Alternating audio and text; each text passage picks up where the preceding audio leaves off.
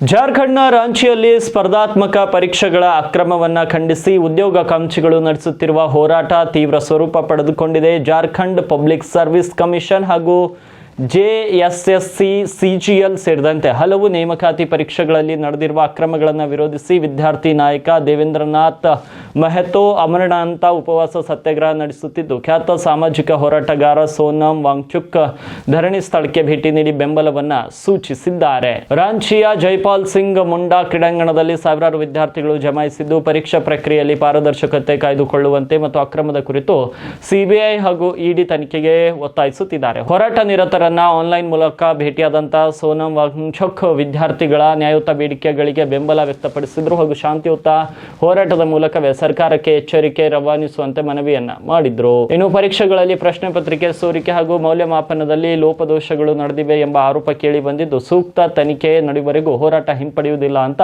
ವಿದ್ಯಾರ್ಥಿ ಮುಖಂಡರು ಸ್ಪಷ್ಟಪಡಿಸಿದ್ದಾರೆ.